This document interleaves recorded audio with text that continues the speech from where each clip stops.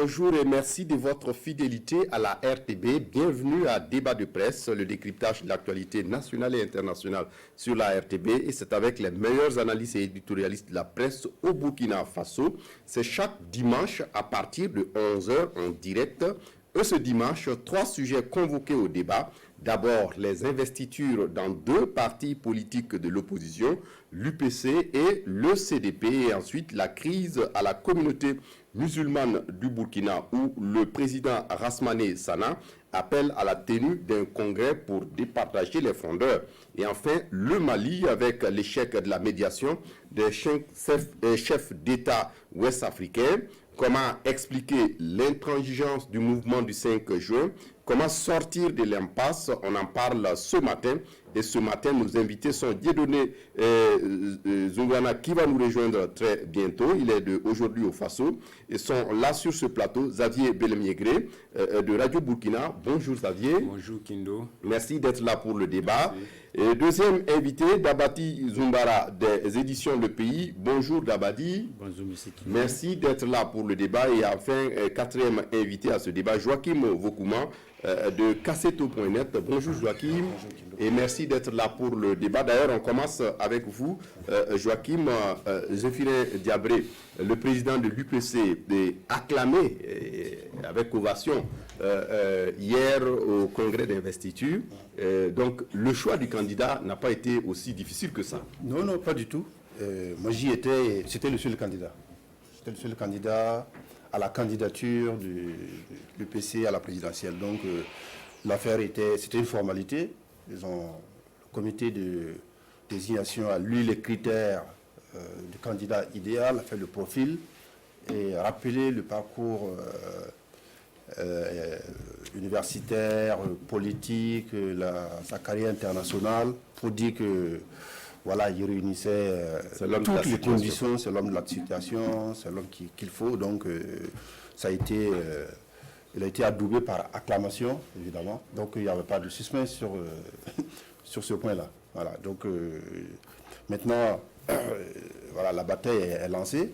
Et ce qui était intéressant d'observer hier, c'est que il y avait le CDP qui était représenté par son président qui a fait un discours avec des passages assez comme des piquants.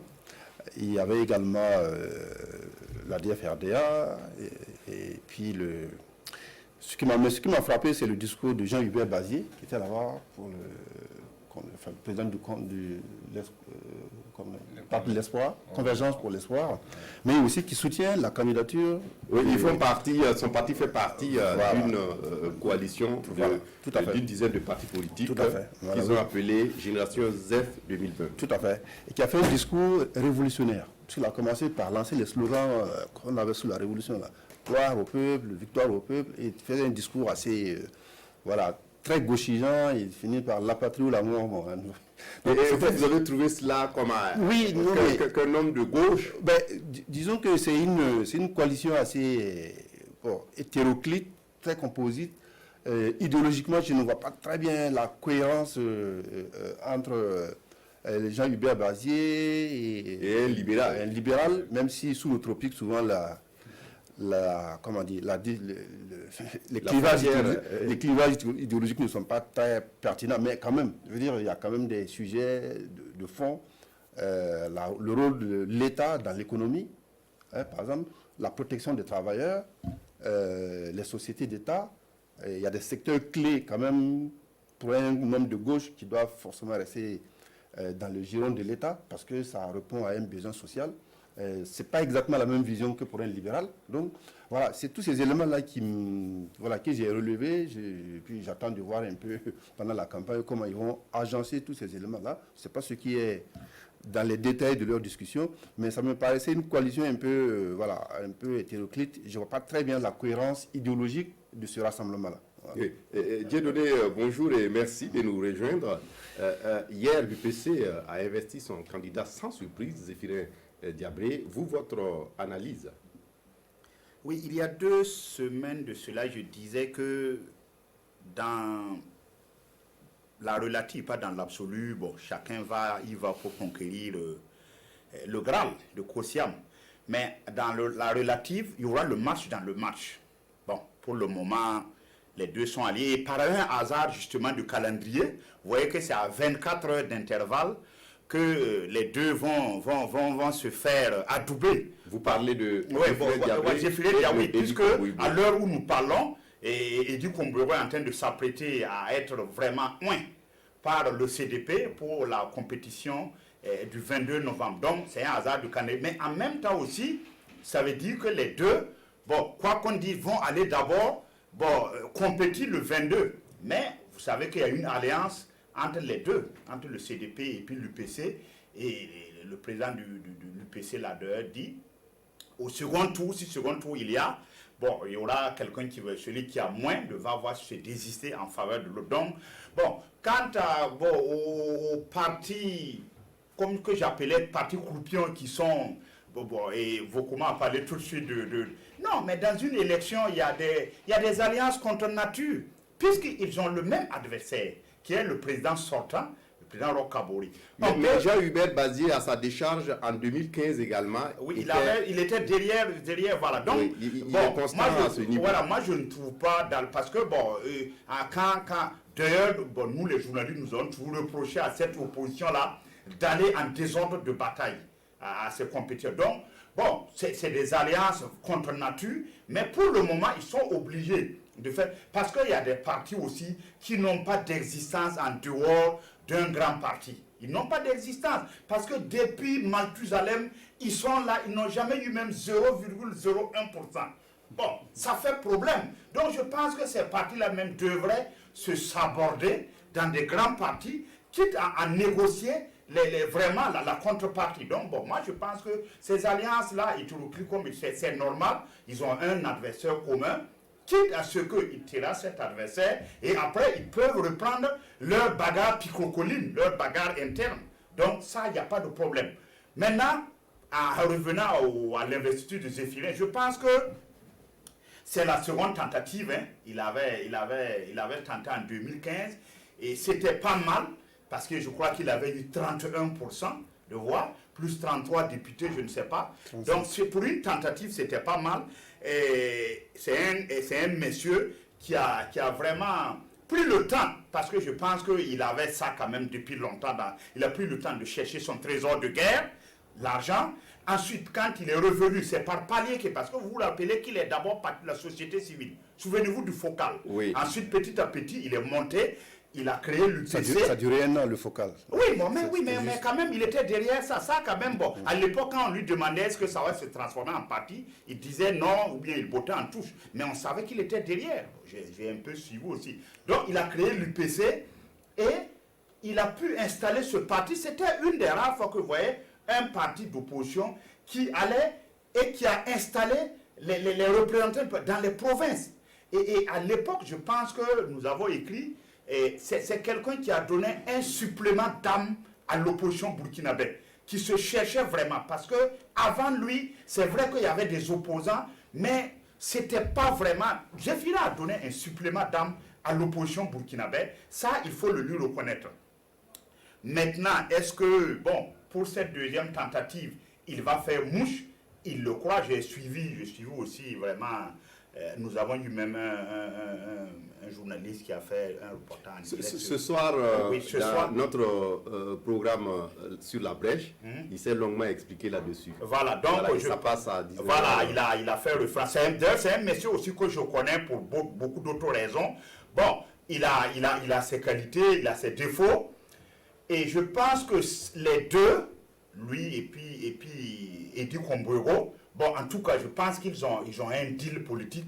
On verra ce que ça va donner. Maintenant, pour Eddy Kombouego, bon, je dis que c'est un monsieur qui rongeait son frein depuis 2015. Parce que vous savez qu'en 2015, le CDP a été écarté, bon, avec la loi shérif. Donc, c'est un monsieur qui voulait déjà en 2015 y être. Il n'a pas pu. Donc, depuis 5 ans, bon, il rongeait son frein. Lui aussi, bon, je pense qu'il a le trésor de guerre. Maintenant, c'est sa première tentative. Bon, il faut voir qu'est-ce que ça va donner.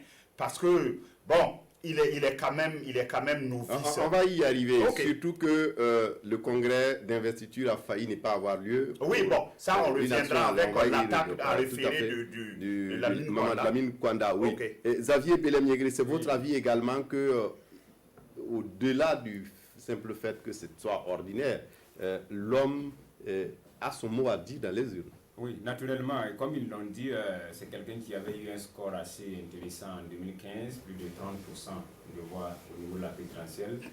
Maintenant, par rapport à des alliances contre nature qui s'allient en ce moment, moi je pense que c'est aussi symptomatique d'un Burkina Faso où les gens mettent beaucoup en berne les idéologies.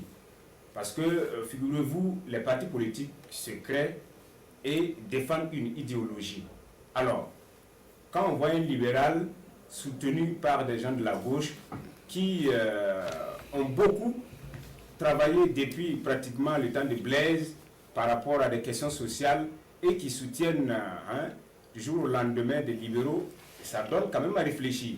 C'est vrai, il a expliqué un peu en disant, bon, c'est des petits partis qui, dans la masse, sont dans l'anonymat, mais qui veulent aussi profiter de ces méga partis pour s'illustrer. Mais en réalité, si on veut être rigoureux dans la ligne des idéologies des partis politiques, c'est des alliances contre nature qu'il faut peut-être, bon, on ne va pas dire dénoncer, mais qu'il faut tenir on les va gens faire le débat sur cette question maintenant, par rapport... puisque ce n'est pas propre au Burkina, même en France avec Emmanuel Macron et la République en marche, on a vu des gens de droite et de gauche. Oui, parce que souvent il faut aussi éclairer la langue de la population pour que les gens comprennent, parce qu'il a parlé aussi de ce deal politique qui ne dit pas son nom ouvertement pour l'instant. Figurez-vous, l'UPC a émergé beaucoup en 2015, c'était plus ou moins à cause des velléités de l'ancien président qui voulait révéloter, en tout cas toute cette fougue de la population qui dénonçait ce comportement du CDP à l'époque. Si aujourd'hui il y a ce deal politique entre l'UPC et le CDP, bon, le peuple ne comprend pas, objectivement. Je ne sais pas si je me fais comprendre. Oui, et Dieu vous aurez à réagir, mais on permet à Dabadi de dire son premier mot.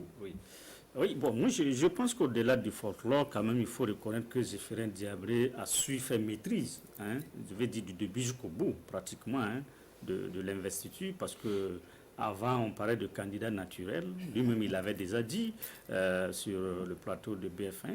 Alors là, finalement, effectivement, prouvé qu'il était le candidat naturel de son parti. Le président du comité d'organisation l'a dit hier. Ok, d'accord. Donc c'est pour dire que ce monsieur, quand même, je pense qu'il sait où il va. Et il a un programme, il a une méthode, il est très méthodique.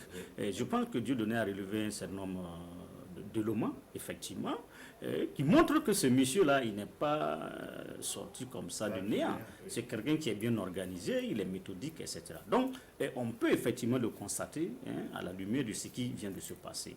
Je pense qu'il a travaillé malgré tout ce que le parti a vécu comme secousse avec entre la création, et même le départ de certains députés. Il a réussi quand même à maîtriser la maison entre griffes. Donc il n'a pas laissé beaucoup de brèches, il a travaillé à colmater les brèches. Et ce qui fait qu'aujourd'hui, bon, il s'est effectivement présenté comme étant le candidat naturel et il ne pouvait qu'être adoubé par les militants. Maintenant, par rapport aux autres partis, je pense que quand même certains partis, c'est une logique en réalité. Ils ont mené le combat de l'insurrection populaire ensemble. Et donc, quoi de plus normal qu'ils cheminent toujours ensemble dans la mesure où ils sont toujours dans l'opposition. Donc je pense que ça va au-delà des questions d'idéologie. C'est vrai que la logique veut que ce soit ainsi, mais aujourd'hui, il faut reconnaître que la réalité est tout autre sur le terrain. Et donc, aujourd'hui, on fait vraiment fi de ces questions d'idéologie pour aller certainement à l'essentiel, d'autant plus que les différents partis qui font la coalition ont un ennemi commun entre griffes, sinon un adversaire commun. Et donc, je pense que c'est dans ce sens-là que l'UPC compte mener certainement le combat. Et il faut dire effectivement quand même qu'il est l'un des candidats les plus sérieux, je dirais. Et quand je dis sérieux, ça veut dire quoi? Que c'est celui quand même qui a les moyens d'inquiéter le parti. Comme notre ami Dieudonné aime le dire, il a l'étoffe. Ah oui, exactement. Bon, il a en tout cas, voilà. Donc, c'est pour dire que ce n'est pas un plaisantin, comme souvent on le constate.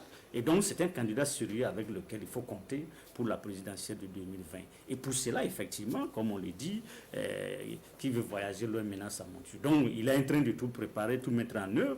Il faut avoir effectivement des alliances avec d'autres partis au cas où effectivement les choses seraient favorables à ce qui concerne par exemple un second tour, qu'il puisse avoir des alliés solides. Et je pense que c'est en ce moment qu'intervient justement le CDP, parce qu'aujourd'hui les deux quand même partis regardent plus ou moins dans la même direction.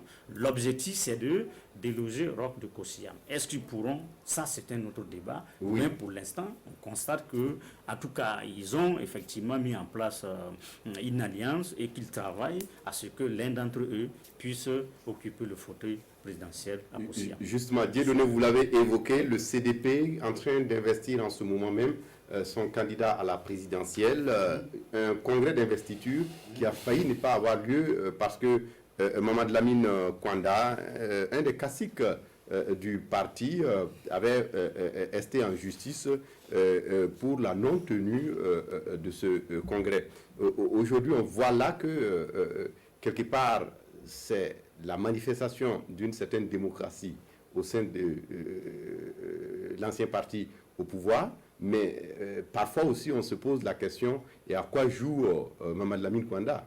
Ah, bon, ça, peut-être que quand vous aurez l'occasion, vous allez lui poser la question. Je peux pas, je suis pas dans sa tête, je suis pas. Mais on constate même que, bon, l'attaque en référé en justice de Lamine Kwanda n'est que la énième peau de banane sur laquelle glisse Edi Kombouego. Si vous regardez depuis que même il voulait être président du CDP, vous avez vu les avanies qu'il a eu à subir jusqu'à maintenant. J'ai dit sur ce même plateau, j'ai dit c'est un survivant. Parce qu'il se susurrait même qu'il n'était pas le candidat du président d'honneur, qui est l'illustre exilé d'Abidjan, le président Blaise Compaoré. Donc il se disait même que... Mais il a pu... Bon, il faut le lui reconnaître ça. Il a pu d'abord se faire élire, même si c'est dans un mouchoir de poche, contre Badini, 36 contre 39. Ensuite, il y a eu tellement de procès contre lui, contre le CDP. Et le dernier, Mamadi Kwanda a attaqué en référé le congrès d'investiture qui se tient aujourd'hui même. Pour lui, il ne peut pas y avoir congrès parce que il a perdu, parce qu'il a été débouté. Donc le congrès... Donc je pense que Edi, c'est un survivant. Il faut quand même lui reconnaître ça. Il a bataillé dur. C'est vrai que bon, il veut être candidat. Ça se sentait depuis 2015, comme je dis. C'est quelqu'un, il veut être candidat. Bon, pour prouver peut-être que vraiment il est tard venu. C'est un militant de la 25e heure, patati patata. Mais il a quand même bataillé pour être là où il est. Maintenant, de là à étreiner l'impérium de Kosiam, ça c'est une autre histoire. Mais il faut le reconnaître, il lui faut un training. Il n'a pas eu le temps de faire un long training parce que, bon, si vous prenez son parcours, il est venu en politique vraiment, je ne sais pas, 2012, 2013, je ne sais pas, mais ce n'est pas si long que ça. Ça, ce n'est pas un problème parce que il est candidat. Mais il reprend le CDP avec quand même un peu de difficultés, dans la mesure où, vous l'avez cité, il y a un certain nombre de caciques aussi qui ont claqué la porte à l'ancien parti. Oui, c'est vrai que l'idéal aurait été qu'il puisse faire chorus de tout ça, parce que si on prend un Salia Sanou qui est parti, on prend tous les Zambende, il y a quand même, parce qu'un parti aussi doit avoir des répondants. Zambende est parti. Bon, Zambende, non, bon, je vais dire, mais est-ce que Zambende est avec, je ne sais pas, au début en tout cas, il n'était pas pour chaud. Mais il y en a par exemple comme Yaya Zungrana, qui était l'adversaire même de Edi pour la présidence, qui lors d'un BPN a dit clairement, j'étais vraiment un adversaire pour la présidence, mais à partir de moi, il a été élu président, je m'allie, je le reconnais comme. Donc il y en a qui sont revenus au bercail, dans le bateau CDP, il y en a qui ont préféré larguer les amarres. Bon, c'est comme ça, mais c'est vrai que c'est dommage parce qu'un parti aussi, c'est surtout pour un CDP, c'est les répondants dans les provinces, dans les hameaux qui sont. Mais ils bénéficient aussi je vais dire, du logotype quand même du CDP, parce que le CDP a dirigé ce pays pendant plus de 2 décennies.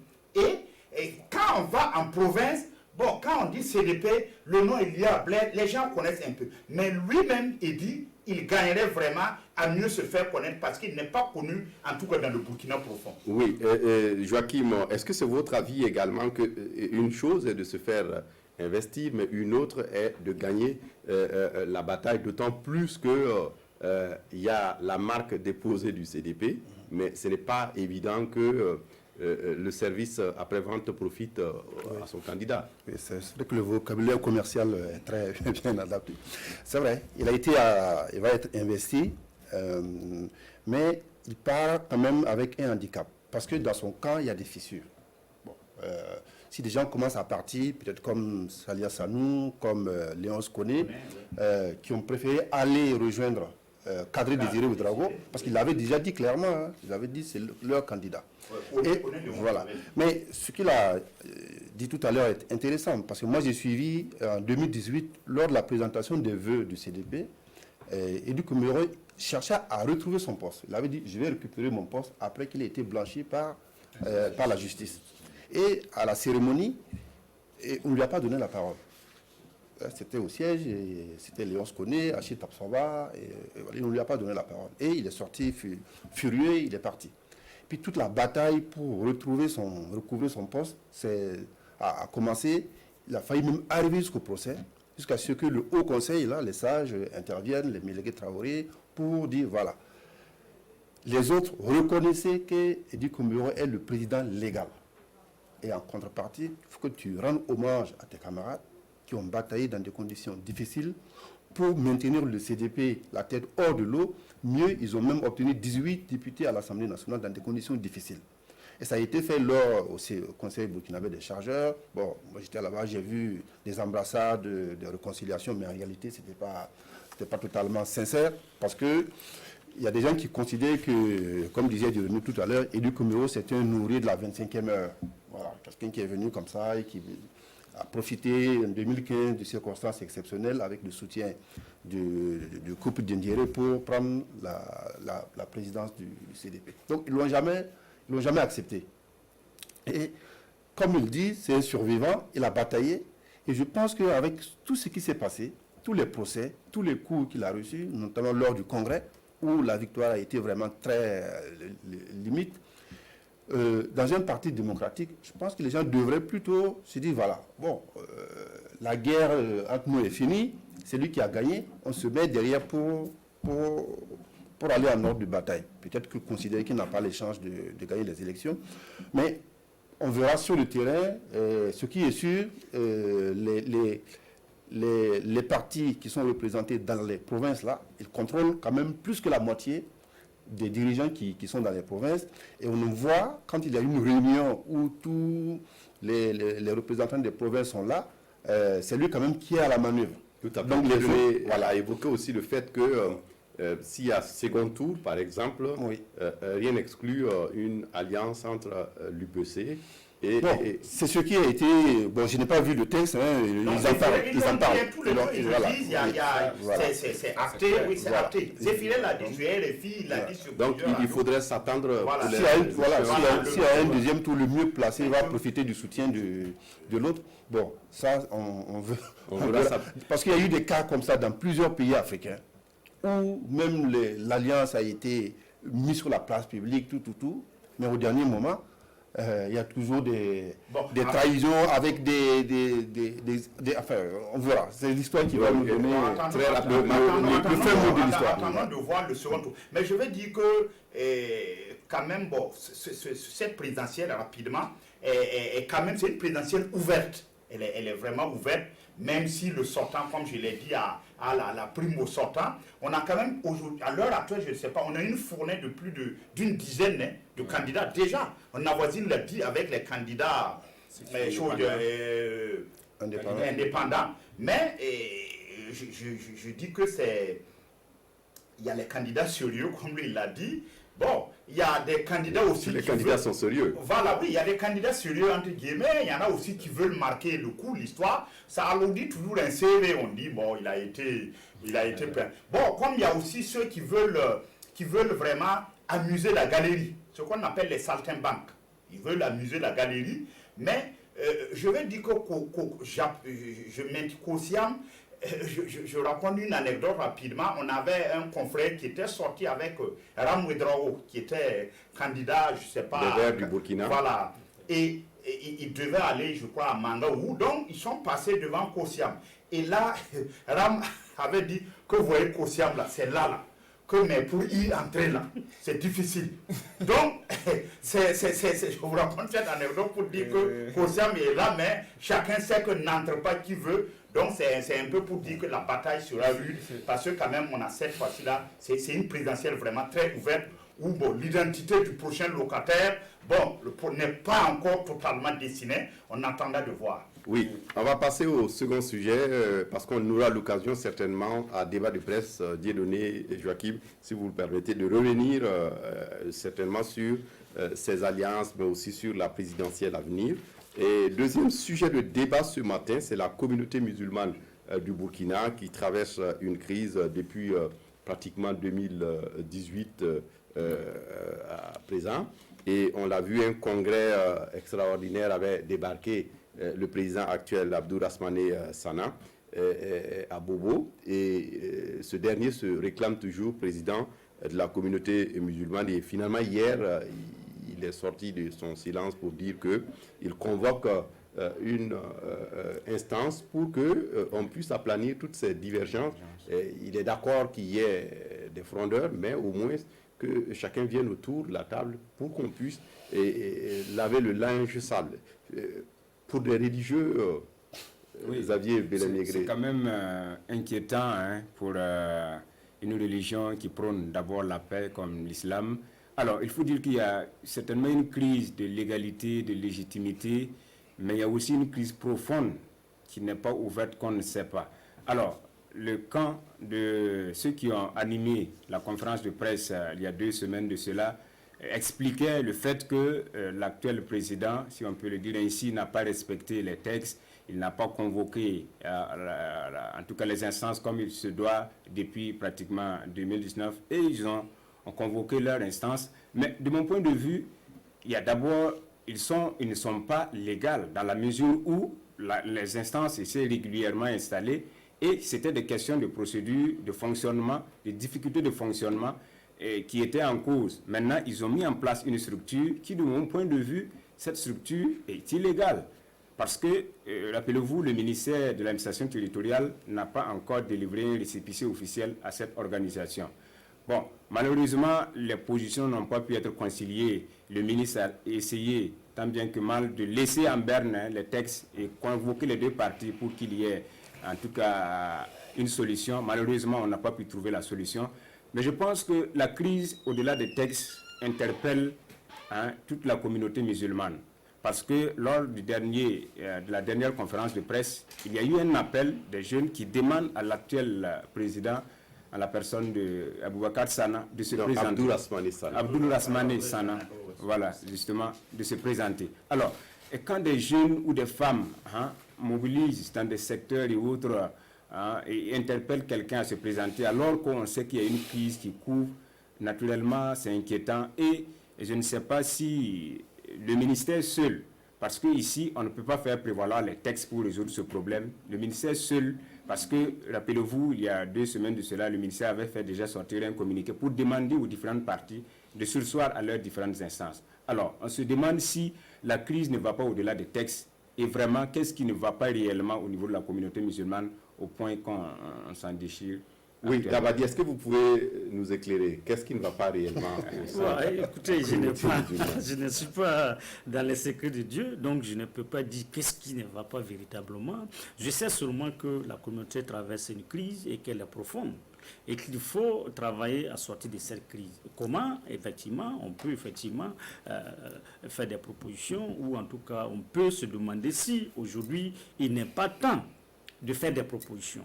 Parce qu'on constate qu'effectivement que cette crise est en train d'empoisonner l'atmosphère au sein de la communauté musulmane. Parce que plus on dit dans la crise, et plus il y a de nouveaux acteurs qui viennent. Et bon, finalement, on risque de se retrouver dans une crise complexe au point de trouver difficilement une solution.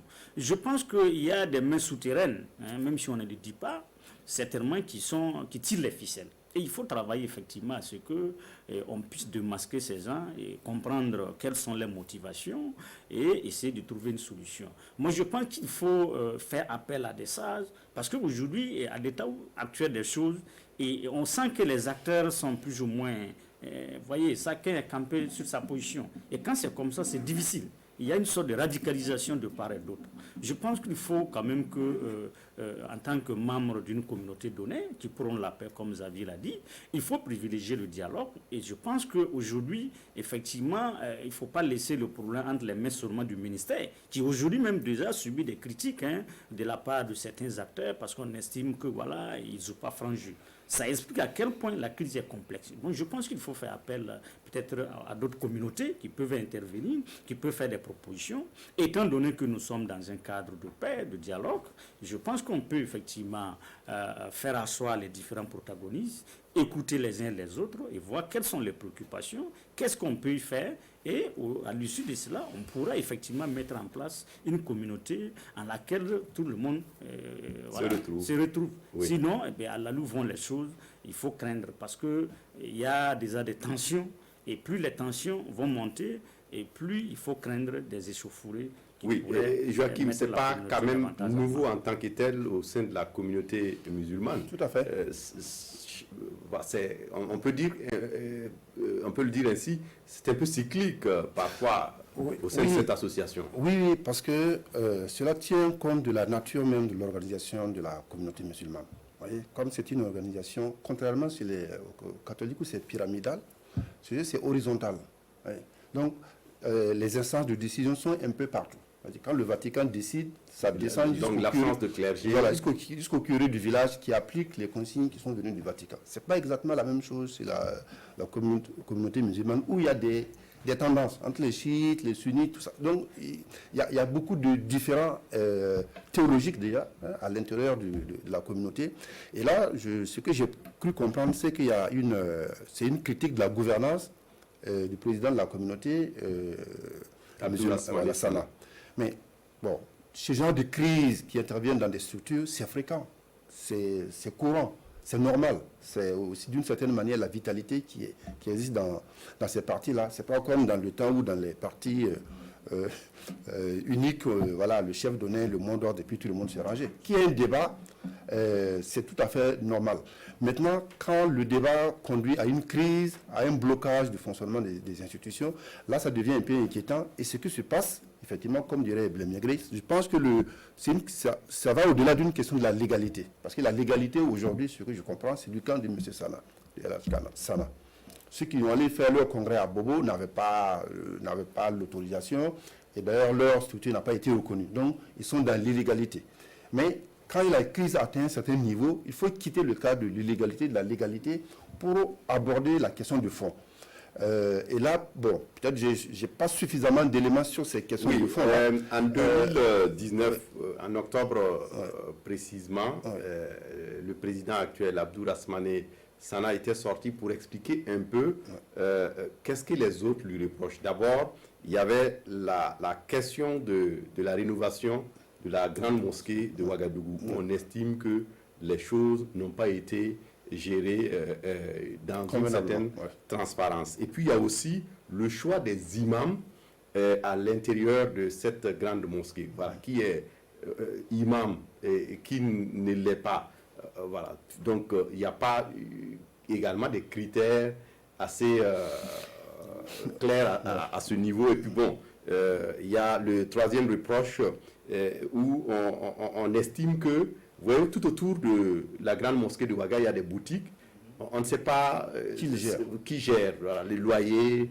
Voilà, donc vraiment, c'est une question de gouvernance. Voilà, ce que je disais, c'est une question de gouvernance. Mais je pense qu'on gagnerait tous à trouver une solution à cette crise parce que, vous voyez, depuis que le terrorisme frappe notre pays de façon ouverte, on a eu beaucoup d'ateliers sur le traitement de l'information par rapport au terrorisme, l'amalgame qu'il faut éviter entre musulmans et terroristes.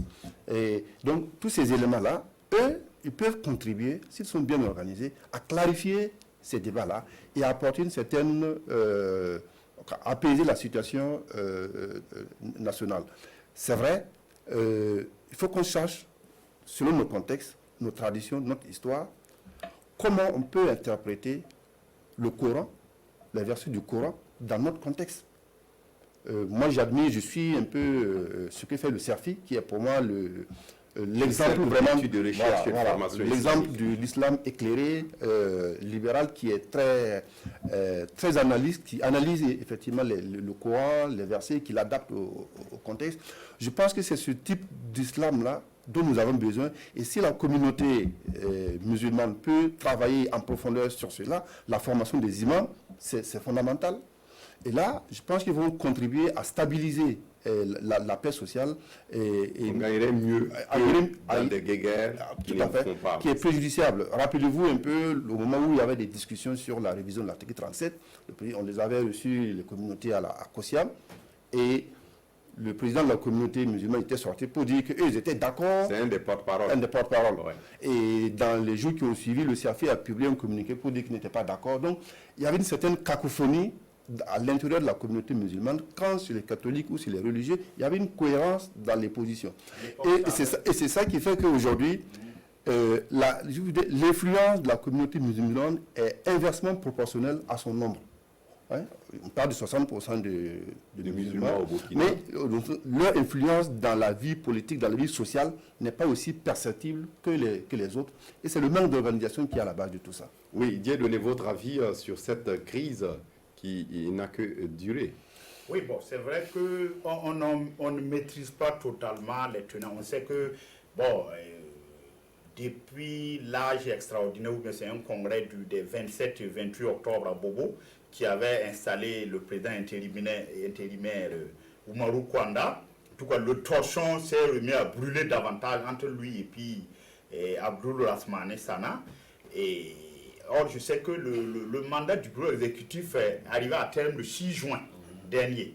Donc, bon, et je crois qu'il y avait une AG qui avait été convoquée et le ministère du culte a dû dire non, compte tenu vraiment de l'atmosphère là, on ne peut pas convoquer. Donc, je crois qu'actuellement, le ministère privilégie les concertations. Mais c'est vrai qu'aujourd'hui, ça va au-delà de la légalité. Si on s'en tenait qu'à la légalité, bon, il y a un président qui est là, bon, on suit un peu les textes entre guillemets, et puis on va... Mais il y a un problème de fond, et vous avez énuméré quelques griefs qui tournent effectivement autour de la gouvernance.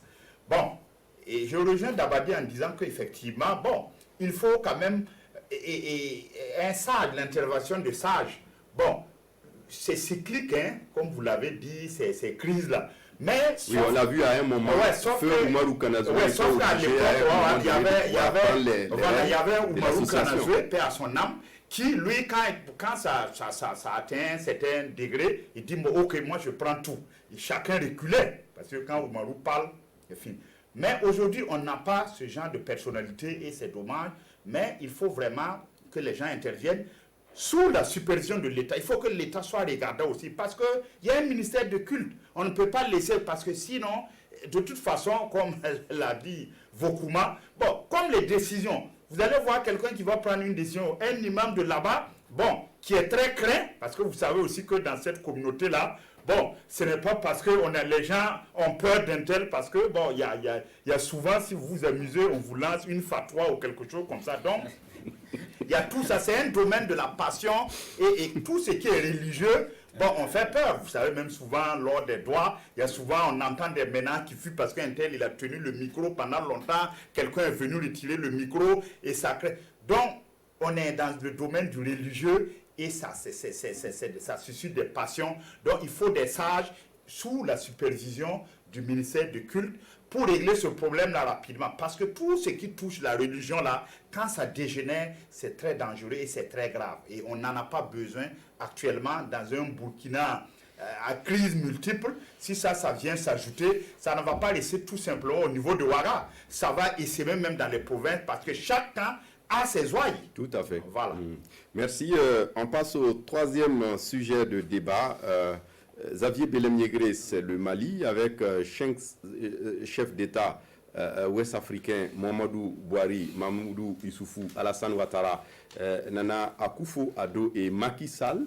qui ne sont pas parvenus à faire respecter et accepter à l'opposition malienne le plan de sortie de crise du pays. Et finalement, comment on peut expliquer l'intransigeance du mouvement du 5 juin? Oui, alors, je pense que c'était déjà prévisible, hein, cet échec de la mission des chefs d'État, parce que, figurez-vous, la mission de la CEDEAO, avec ses experts, n'avait pas pu arracher grande chose de l'opposition malienne.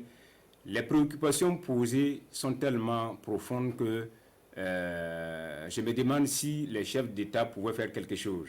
Parce que lorsqu'ils mettent sur la table la bonne gouvernance, la lutte contre la corruption, c'est des préoccupations qu'on ne peut pas trouver solution, en tout cas d'une baguette magique.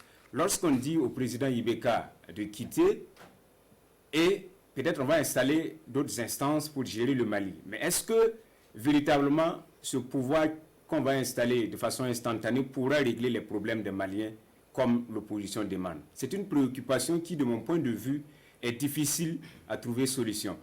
Par rapport à la mission des chefs d'État, moi je vois ça comme un syndicat de chefs d'État qui est allé... Il y avait d'abord une première mission dirigée par l'ancien président Goodluck Jonathan. Ça c'était une mission de la commission de la CEDEAO qui n'a pas pu trouver quelque chose par rapport aux préoccupations qui ont été posées. Et on a estimé certainement que les chefs d'État allaient faire entendre raison, les deux camps. Oui, ils ne pouvaient pas faire mieux dans la mesure où les préoccupations posées par l'opposition malienne réunie autour du M5 sont claires. On demande la démission du président Ibeka. Bon, je ne sais pas ce que le président peut proposer en contrepartie par rapport à cette préoccupation qui a été posée. Mais justement, Xavier, est-ce que vous voyez une transition aujourd'hui au Mali en dehors de l'Ibeka?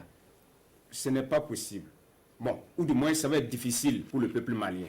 Parce que pour constater la vacance du pouvoir, c'est la Cour constitutionnelle qui, aujourd'hui, est désuète, n'existe pratiquement pas. Si on veut une transition, il faut que, si Ibeka démissionne, il faut quelqu'un pour constater la vacance du pouvoir. Légalement, c'est d'abord difficile. Et si on franchit cette étape, il faut peut-être le président de l'Assemblée nationale pour gouverner, alors pour organiser les élections. Alors que l'Assemblée nationale est plus ou moins illégitime au regard de ce qu'on a vu la dernière élection. C'est pour dire que la crise va certainement durer, je ne sais pas, mais il appartient aux Maliens de s'asseoir et de trouver la solution. Moi, je ne pense pas que, en tout cas, c'est d'autres instances qui peuvent venir dire aux Maliens ce qu'il faut faire. Il appartient aux Maliens de trouver la solution.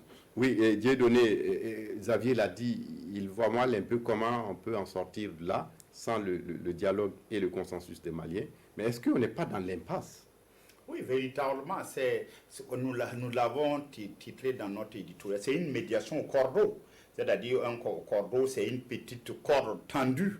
Il y a un camp qui tient l'autre au bout, et il y a l'autre qui tient, et ça tire. Bon, et au finish, vous savez bien que la corde va se casser. Les 5 médiateurs de haut vol qui ont débarqué à Bamako sont venus réchauffer les recommandations de l'autre, là, de Goodluck. De la première mission dirigée par Goodluck. Bon, c'est quoi? En fait, le M5, tout bloque sur Ibeka, puisque le M5 veut, en fait, soit qu'on descende Ibeka de la colline de Koulouba, c'est-à-dire qu'il démissionne, ou qu'on le ravale au rang d'un roi nu, vraiment un président honorifique. C'est-à-dire que, quel que soit le cas de figure, que ce soit un PM fort, irrévocable, tout. En fait, le M5 veut terminer, qu'un premier ministre termine le mandat de Ibeka. Ce qui est quand même inacceptable aux yeux même de la CEDEAO, parce que ça jure règle. Et même, bon...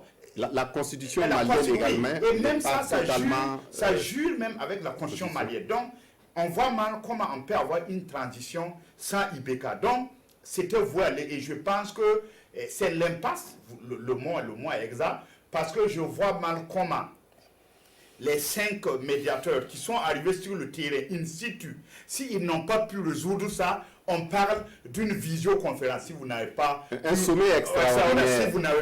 Si vous n'avez pas pu résoudre ça in situ, in concreto, ce n'est pas une vitro que vous allez pouvoir résoudre ça derrière des choses, des écrans. Donc ça, c'est l'impasse. Et ce qui m'a... Il y a une image vraiment qui m'a vraiment... Et ça m'a choqué. Bon, ça, en tout cas, vraiment, je retiens cette image-là parce que ça fait quand même tilt. C'est la sortie de l'imam Dicko qui dit que vraiment rien n'a bougé et qu'il préfère être un martyr qu'un traître, avec un visage grave. Je me demandais à qui même il s'adressait et venant de ce monsieur qui est la semence de cette contestation, parce que c'est lui, hein, tout le monde, il se dit même que quand les chefs d'État sont arrivés, ils étaient étonnés de l'influence et de la notoriété de l'imam Dicko. Et plus loin, on a entendu l'imam, le shérif de Nioro, qui a renchéri en disant que lui, il a aidé Ibeka en 2013 à accéder au pouvoir. Idem en 2018. Il a même pesé de tout son poids avec son argent, ses réseaux, pour que Karim Keïta, le fils, soit élu président de la commission de défense. Que ben, aujourd'hui, ça veut dire que aujourd'hui, on est vraiment... C'est l'enlisement. Hein. C'est l'enlisement. On ne sait pas comment on va faire. Mais je pense que si le M5 peut aussi mettre de l'eau dans son verre, parce qu'on a un président aujourd'hui élu, réélu même, qui est vomi par une partie de son peuple. Et on a une CEDEAO qui est quasi impuissante à trancher le nœud gordien du problème parce qu'il est ballotté entre est-ce qu'il faut débarquer Ibeka, et puis on sait aussi que Dicko, quoi qu'on dise, il sait que, comme je l'ai dit, il ne peut pas franchir le Rubicon parce que ce n'est pas sûr qu'il sera accepté pour conduire cette transition-là. Donc, le Mali, encore une fois, a rendez-vous avec son histoire. On ne sait pas dans quel sens ça va aller. Oui, Joachim, est-ce que c'est votre avis également que cette impasse... Ben oui, c'est l'impasse. C'est l'impasse parce que ce qui est évident, c'est que les chefs d'État de la CEDEAO ne vont jamais proposer la démission de Ibeka. Jamais. Ça, c'est pas possible. Donc, or, les contestataires demandent son départ. Donc, on est sur deux positions radicales, extrêmement opposées, et je ne vois pas très bien comment on peut trouver une médiation. D'autant que même dans la CEDEAO, même à supposer même que la proposition soit débattue, il faut qu'il y ait l'unanimité autour de ça. Parce qu'à la CEDEAO, c'est ça, c'est la règle de l'unanimité. Si une seule personne n'est pas d'accord avec une décision, on laisse tomber. C'est ce qui se passe. Maintenant, sur le fond, c'est quoi? Si aujourd'hui, effectivement, c'est l'impasse et c'est très, très inquiétant. Quand on regarde le mouvement qui conduit la contestation, c'est vrai, la figure de proue, c'est l'imam Dicko. Et puis, vous avez les partis politiques, les Chogal Maïga, la société civile. Mais on ne voit pas la tête, justement, qui est capable de stabiliser le pays s'il y a eu un basculement violent comme ça au Mali. Et c'est ça qui est un peu inquiétant. Certains ont fait un parallèle avec le Burkina, ce qui s'est passé ici. Ce n'est pas exactement pareil. Là, c'est une question de gouvernance. C'est la gouvernance du pays qui a mis les milliers de Maliens dans la rue. Au Burkina, c'était l'article 37. Moi, c'est vrai que pendant longtemps, je n'étais pas là, mais j'ai le sentiment que si Blaise Compaoré n'avait pas cherché à modifier l'article 37, c'était la question de la gouvernance. Là, aujourd'hui, on allait voir des statuts dans la ville à son honneur. Mais au Mali, ce n'est pas ça. C'est la gouvernance, y compris une crispation sur les frasques de son fils, Karim, qui met les Maliens dans la rue et qui n'entendent pas du tout laisser aucune chance à Ibeka de continuer son mandat. Ce qui m'inquiète vraiment, c'est que je ne vois pas très bien, moi qui pense qui croit aux valeurs de la République, à la démocratie, je ne vois pas très bien, j'ai bien peur qu'il y ait un basculement théologique après une chute, s'il y a une chute brutale de Ibeka. Et ça m'inquiète beaucoup parce que c'est à côté de chez nous. En 2003, moi j'étais là-bas et un professeur d'université m'avait dit, si on ne fait pas attention, dans 10 ans, c'était en 2003, le Mali serait un pays islamiste. Oui, Dabadi. Oui, je pense effectivement que la crise malienne a pris des proportions inquiétantes, tant ici bien que l'on se demande comment il faut en sortir.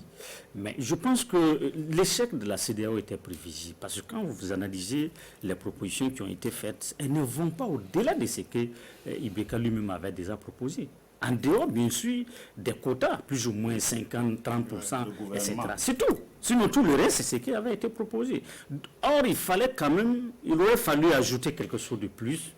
Et là, effectivement, on pouvait maintenir quand même le M5 autour de la table de négociation. Mais en voulant effectivement tenir langage en disant telle chose, c'est une ligne rouge à ne pas franchir, je pense que la CEDEAO n'a pas su aussi aller dans le bon sens. Pour la simple raison que elle a été tout de suite recalée, recadrée. Parce qu'on sait que le départ des ATT, c'est la CEDEAO qui l'avait plus ou moins légalisé. Parce que c'est la CEDEAO qui avait obtenu la démission des ATT. Aujourd'hui, c'est la même CEDEAO qui dit une ligne rouge à ne pas franchir. Bon, dans une négociation, je pense qu'il faut aller pas à pas. Il ne faut pas tenir langage qui fâche les acteurs. Et je pense que malheureusement, c'est ce que la CEDEAO n'a pas compris. Moi, je pense qu'au-delà de tout ce qu'on peut constater ça et là, je pense qu'il y a toujours quand même une possibilité de sortir de cette crise. Il faut que les gens, pensent aux intérêts du Mali. J'ai le sentiment que tout ce qui est proposé aujourd'hui, c'est des petits arrangements, voilà, pour satisfaire les gens pour les postes, etc. Or, le problème est plus profond que cela, comme on le dit. Voilà pourquoi Mamoudou Diko dit, mais lui, il préfère mourir en martyr que de trahir la cause. Parce que trahir la cause, ça veut dire quoi? C'est de faire effectivement, d'accepter les propositions qui sont faites, qui en réalité ne portent que sur des questions de postes, etc. Or, les gens veulent plus, ce n'est pas ces postes-là qui les intéressent. Moi, je pense que la question d'un Premier ministre avec plein pouvoir est une question qu'il faut analyser avec beaucoup de sérieux. C'est peut-être un pis-aller, mais ça peut constituer une solution. Et dans tous les cas, je pense qu'aujourd'hui, comme dans tous les pays, on le constate, lorsqu'il y a une crise d'une certaine nature, et quand ça atteint un certain niveau, le Premier ministre est constitué invisible. Pourquoi ici on trouve que Boubou Cissé est inamovible? De toute façon, il faut examiner. Voilà, exactement. Donc il faut examiner cette piste-là sérieusement. Je pense que si on arrive à trouver un homme qui fait consensus, on peut maintenant, par rapport au pouvoir, discuter, voir qu'est-ce qu'on peut mettre dans plein pouvoir, qu'est-ce qu'on ne peut pas y mettre, pour que on puisse sauver les meubles. Et plutôt Ibeka prendra une telle décision, mieux cela vaudra, pour la simple raison qu'il s'agit de sauver le Mali. Plus on va durer dans la crise, mais plus d'autres acteurs vont entrer dans le jeu. Et c'est ça qui est dangereux. Et ça peut déraper. Parce qu'aujourd'hui, on a encore la chance, pour moi, qu'il y a l'imam, du coup, qui est beaucoup écouté, qui est beaucoup respecté. Lorsqu'il donne des ordres, des consignes, elles sont respectées tout de suite. Mais à supposer qu'on quitte ce cadre-là et qu'il y ait d'autres acteurs qui influencent davantage le mouvement, ça veut dire que ça va être très dangereux. Vous avez vu ce qui s'est passé? On a eu pratiquement plus de 13 morts. Et donc, je pense qu'il faut éviter d'aller dans la violence. Pour l'instant, on a encore cette possibilité de pouvoir trouver une solution autour d'une table. Mais si on quitte ces cadres, la situation sera incontrôlable. Tout ce qu'on qualifie de lignes rouges, ça va devenir des lignes vertes. C'est une évidence. Et donc, je pense qu'il faut que la CEDEAO aujourd'hui examine sérieusement la question malienne. C'est vrai que par vidéoconférence, on se demande dans quel sens elle ira. Moi, j'ai bien peur en écoutant. Non, l'idée du sommet extraordinaire, certainement, Joachim l'a dit, c'est de pouvoir réunir le maximum de personnes autour de la question. Oui, voilà. Mais quand on analyse un peu les propos de Issoufou, on peut effectivement se demander si ce n'est pas de mettre de l'huile sur le feu, parce que il fait comprendre qu'en réalité, les acteurs pourraient subir des sanctions. Or, à l'instant, je pense que c'est trop tôt d'aller dans ce sens. On peut encore trouver une solution, dans la mesure où la rue n'est pas totalement en ébullition. C'est parce qu'on arrive quand même à mettre fin aux manifestations. Il y a une trêve pour après la Tabaski. Donc, il faut trouver une solution avant la Tabaski. Sinon, après Tabaski, Dieu sait ce qui adviendra. Oui. Et donc, moi, je pense que la CEDEAO a intérêt à revoir sa façon, même sa stratégie de négocier. Parce qu'ici, contrairement à certains cas où c'est des coups d'État, c'est facile, vous avez des sanctions, comme ça s'est passé au Mali avec Aya Sanogo. Ici, il s'agit d'un peuple.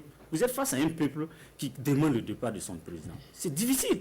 Même aujourd'hui, les questions de tests qu'on évoque, Mais écoutez, c'est un peu difficile parce que c'est le même peuple qui a élu Ibeka. Et c'est le même peuple aujourd'hui, même si ce n'est pas peut-être tout le peuple, mais c'est une partie de ces peuples quand même qui revendique le départ, qui exige le départ de Ibeka. Donc c'est extrêmement difficile. Oui, oui. C'est vrai que la piste de l'imam du coup fait peur, pour la simple raison que ce monsieur est connu pour avoir des accointances avec les barbus du Nord, du centre et du Nord. Mais c'est ça fait qu'aujourd'hui, tout le monde se dit attention, si Ibeka tombe, il y aurait un effet domino, ça veut dire d'autres chefs d'État pourraient aussi tomber. C'est ça qui inquiète aujourd'hui la CEDEAO, la communauté internationale, et certainement aussi ça va certains être Maliens. discuté demain au cours du sommet extraordinaire en vidéoconférence. Oui, Dieudonné.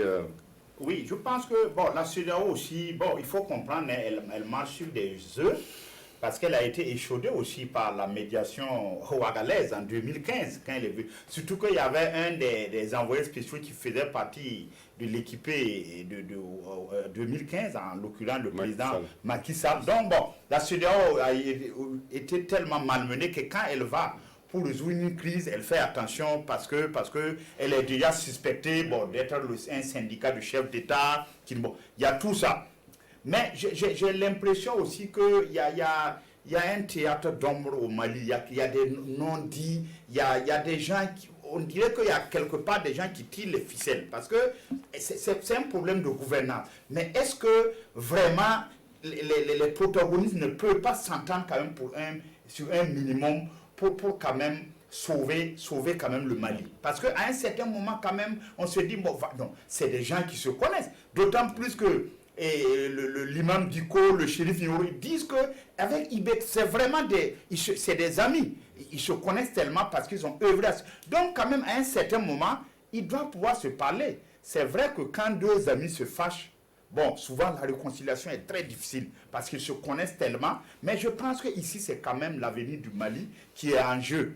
Parce que Ibeka, en fait, dès 2013, et surtout à la fin de son premier mandat, il avait un handicap. Je me rappelle que quand il y a eu l'élection, la dernière élection présidentielle, bon, j'ai eu un envoyé spécial à Bamako. En fait, quand on écoute certains Maliens, ils disent que, j'ai dit le mot ici, ils ont un mot qu'ils emploient, c'est-à-dire qu'ils ont élu Ibeka, c'est une sorte d'autogol.